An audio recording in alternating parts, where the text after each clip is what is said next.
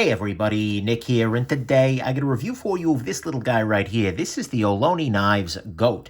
It's spelled G-O-A-T, like the animal, although I kind of suspect he means greatest of all time, but we will see that. But first off, actually, in the name of full disclosure, I got to let you know that the manufacturer, Ohlone Knives, actually sent this guy along to me on loan to check out. On a loan? Okay. Nonetheless, I told him, as always, I'm going to talk about the good, the great, the bad, the ugly. It might be a gem, might be junk. He still sent it along. Nonetheless, we have to assume this is the very best quality controlled one of these guys ever, and I'm doing my absolute best to make sure that I'm not letting this affect the nature of my review. Next thing, let's do a little bit of size comparison real quick. This is not a, actually, it's a reasonably sized knife, reasonably small. Here it is against the Ontario Rat number 2, the Spyderco Delica, and the Spyderco Paramilitary 2. So we can see here, size-wise, this is pretty small. And actually, the closest knife in terms of size and overall, frankly, overall comparison that I've got around is this little guy right here. This is the Monterey Bay Knives EZC.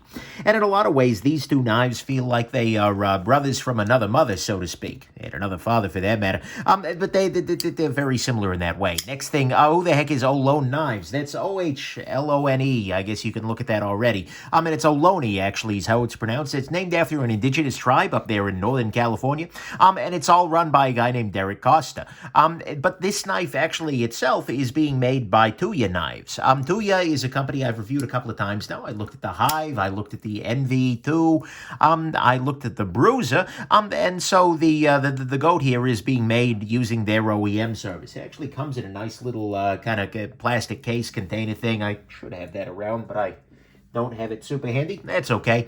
Either way, that's what we got going on here. So these are designed and commissioned by Ohlone, but at the same time being produced by Tuya, who's been doing some great work lately. So anyways, let's go ahead and jump into the good, the great, the bad, and the ugly of this very interesting little knife right here. So on the good side, to start with, $220. You know what? That's a price that's pretty neutral. I mean, it's not bad. It's a fine price, and I think for what you're getting here in terms of action, in terms of steel and whatnot, you're getting some good stuff. Thing is, there are a lot of great knives at $200 now. Well, similar steels, and I mean, so I think the price is pretty neutral towards the good end of good. It's not bad given everything that you see in there, but it's also not the most amazing thing about the knife. So we'll move on there. Next thing. Size-wise, I like the size of this guy a lot. Partly in that it's relatively small in the pocket. If we compare this here to the Spyderco Delica, we can see that this fits pretty nicely inside the Delica's overall kind of outline here. And so as a result, it's very carryable, and it's relatively thin, all things considered. A little thicker than the Delica, but it's a very nice, small, carryable knife. And legally speaking, actually, I should do a quick measurement. Where's my ruler at? Right about here. We can do a quick measurement. We see this guy comes in under 3 inches, well, right about 3 inches. And weight-wise, it's not too heavy either. We are coming in here right around 3 ounces. So it's a relatively carryable knife. Actually, it's a very carryable knife. That's good. One of the things that makes it so is this clip on this guy. This is a milled clip. Make no mistake. If we look here, this is actually milled out.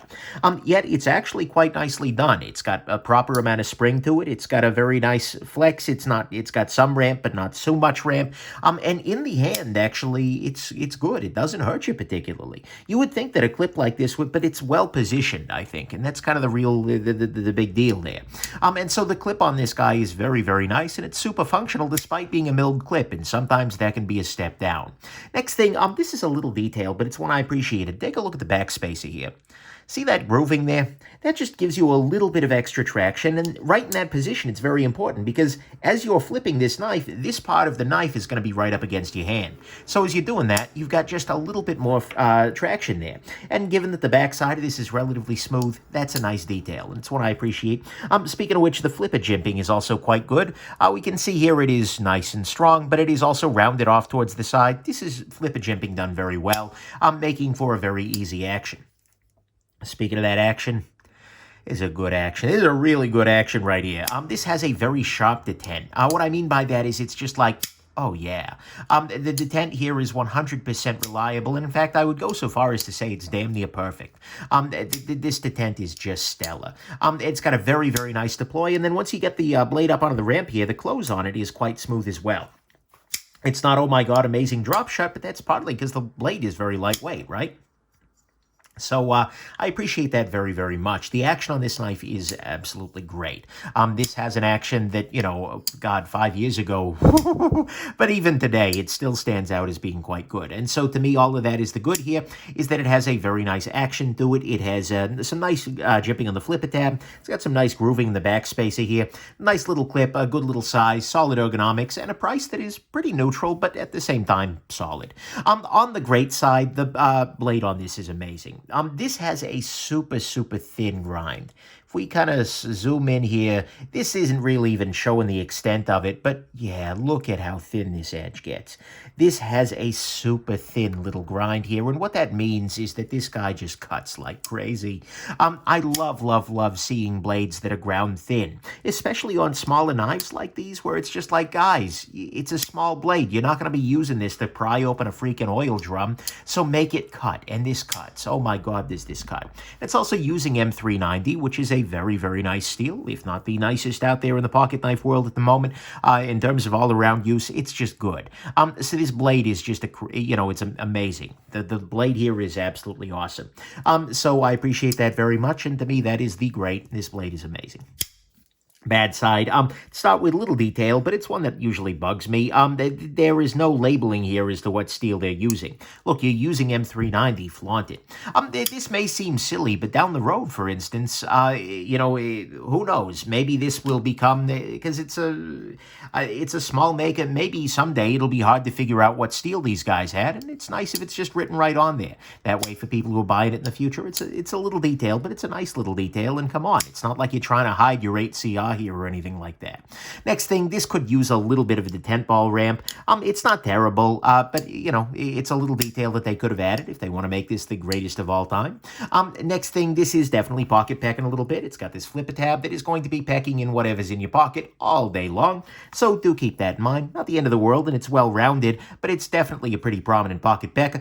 And then finally, on the bad side, these guys are getting pretty hard to find. It looks like he did a run of these guys, because like I said, Ohlone is, Derek, I suppose, has been making a run of these guys, but I don't know that he's going to make another run. It's not clear. He's working on the GOAT version 2 at the moment, so in effect, you'll get a new run. But there are enough of these around, and I've got enough requests that I did go on ahead and jump on this and review it, despite them being a little harder to find. Sorry about that, but, hey, doing my best over here.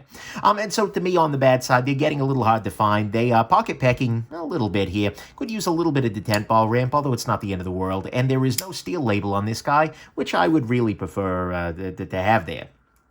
So there you go. On the ugly front, unfortunately, there are two issues here that are pretty ugly. To start with, let's look at the carbon fiber here. If we look at the carbon fiber, we can actually see that it is higher than the surrounding metal in pretty much every place. The carbon fiber sticks up above the actual titanium around there. And what this means is that as you're using this and carrying this, it's very possible that you could get chips in this carbon fiber here.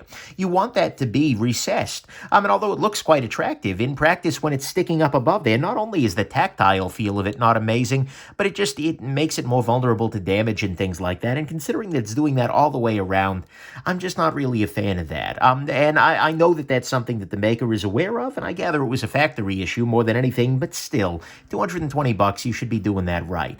The biggest thing, though, that you should be doing right is right here. If we take a look here, we can see that the blade of this knife is sticking up right to the very end there. Now, that said, they have gotten around this by not sharpening the very bottom part of this blade. The blade doesn't become sharp for a couple of millimeters in there, and that definitely reduces some of the danger. They've left that unsharpened for safety. But at the same time, that means that if you later on sharpen this knife and end up sharpening this part, you've created something dangerous here. This is one of those things that in practice, like really, unless you slip off the flipper tab and down onto here, because I can definitely touch the heel of this blade with my finger if I do that, it's probably going to be okay. You're probably not going to hurt yourself, or if you stick your finger down into the... but it is definitely a design flaw. And so that's definitely not something I ever like seeing, and I hope that that's something that's fixed in version 2. That to me is a major ugly issue, and is not something that should still be happening in, well, frankly, it shouldn't still be happening in 2015, right? But 5 years later, yeah, it's still a problem. So the blade is definitely too close in the back, and then this carbon fiber is sticking up pretty prominent above the surrounding titanium, and that's not a beautiful thing. And that, to me, is the ugly. Final conclusion. Look, this is a great little knife at sub-level. It's got a very nice size. It's nice in the hand with a nice clip. A really nice action. I mean, just listening to this thing is just like, yeah. And then it's got a blade with the M390 and the super thin grind that is towards the top of the pack right now. There are not many people grinding their knives as well as this, and that's great. It is pocket pecking. It appears to be at least low availability, if not a limited run.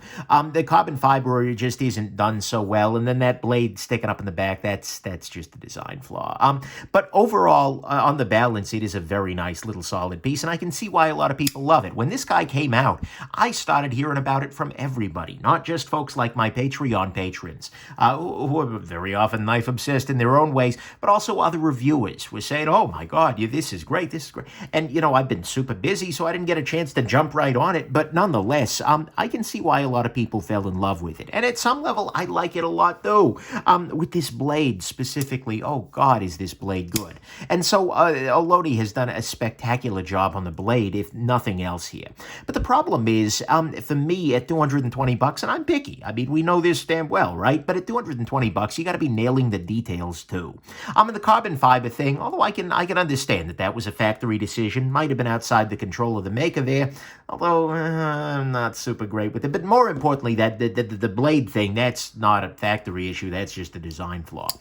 Those two things really, they're big old turds in this guy's overall pretty flavorful punch bowl. And so my biggest feeling here is that right now there are a lot of great knives out there around $220. I mean, the competition is very, very strong and getting stronger every day. This has some very strong points. That blade and this action put this guy way up towards higher in the pack than it otherwise would have been. I mean, there were a lot of frame locks out there now, but those, the action and the blade really do. They're pretty compelling in this little guy right here. But unfortunately, with those flaws, it doesn't quite make gem.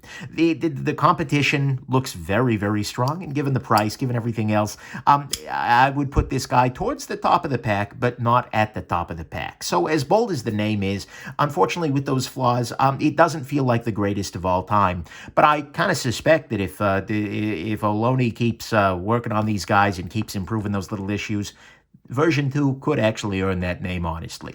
So there you go. I hope this is interesting to you, and that you had a goat time listening to this review. And most importantly, that you have yourselves just an absolutely wonderful rest of your day. Bye now.